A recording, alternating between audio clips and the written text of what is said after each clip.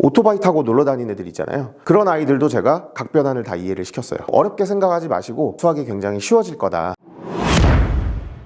안녕하세요. 엘브라운 엔드원에서 수학을 맡고 있는 남은수라고 합니다. 저는 서울대 수학교육과에서 수학을 전공했고요. 대치동에서 강사한 지는 한 10년 정도 됐습니다. 주로 이제 상위권 아이들 많이 가르쳤고, 우리 미대 아이들도 이제 전문적으로 가르친 지 한 3년 정도 됐습니다. 자, 이번 2024학년도 수능 수학을 보면은 우리 확통 선택자들 같은 경우에 이제 매우 힘든 시험이라고 할 수 있어요. 왜냐면은 1등급 컷이 94점이거든요. 확통이 매우 쉬웠어요. 미적분이나 이런 것들은 킬러 문제들이 있는데, 확통 같은 경우에는 그런 문제들이 없다 보니까 반드시 다 맞아야 돼요. 그럼 생각해보세요. 1등급 컷이 94점이라는 말은 4점짜리 2개를 틀리면 2등급이 되는 거거든요. 확통에서 반드시 다 맞아야 되고, 공통이 좀 이제 어려운 문제들이 좀 있어요. 그래서 공통에서 하나 틀리고 확통을 다 맞아야 1등급이 나오는 그런 시험이라고 할 수 있습니다. 2025학년도 수능 같은 경우에는 어떻게 공부를 해야 되냐. 일단 첫 번째, 확통은 반드시 다 맞는다는 각오로 열심히 해야 됩니다. 근데 이제 한 가지 이제 잘못 생각하면 안 되는 게, 이제 올해 확통이 쉬웠으니까 내년도 확통이 쉽겠지. 이제 요런 좀 아니란 생각으로 가면 안 되거든요. 왜냐면은 기존 같은 경우에는 확통하고 미적분이 주로 이제 6점 차 정도가 났거든요. 같은 등급에 있을 때. 2024학년도 같은 경우에 좀 심하게 11점까지 나버렸어요. 그럼 이제 평가원에서 어떻게 할까요?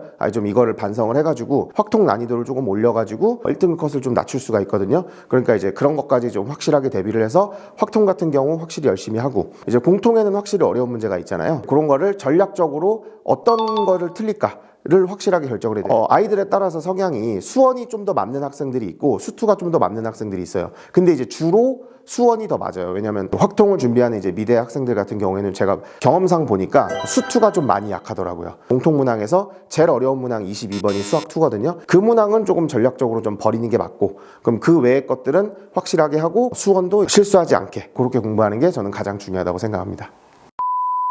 상위권 아이들하고 잘 맞겠다, 수학을 좀 어렵게 할 것 같다, 이렇게 하시는데, 실제로 이제 제 수업을 들은 아이들의 반응은 뭐냐면 굉장히 쉽게 가르쳐 준다는 거예요. 자신이 있어요. 서울대 수학교육과라서 자사고 아이들이라든지 최상위권 아이들 이제 위주로 수업을 많이 했었는데, 확통 같은 경우에 그 경우의 수에서 이건 수학이 아니다라는 평을 많이 받아요. 수원의 삼각함수 같은 경우에는 오토바이 타고 놀러 다니는 애들 있잖아요. 그런 아이들도 제가 각 변환을 다 이해를 시켰어요. 어렵게 생각하지 마시고 수학이 굉장히 쉬워질 거다. 저 같은 경우는 저는 사수를 했어요. 내가 70점을 맞으면 나는 70점짜리 사람, 나는 90점을 맞으면 90점짜리 사람. 굉장히 마음이 되게 갈대라는 거를 학부모님들이 좀 잘 이해해 주시고, 저도 당연히 그런 걸 노력을 할 거고요. 자신감을 잊지 말고 이제 끝까지 파이팅하는 그런 학생이 됐으면 좋겠습니다. 수학 강사 남은수였습니다. 감사합니다.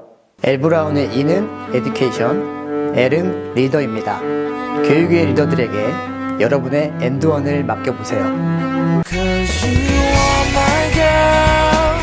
You are the one that I envision.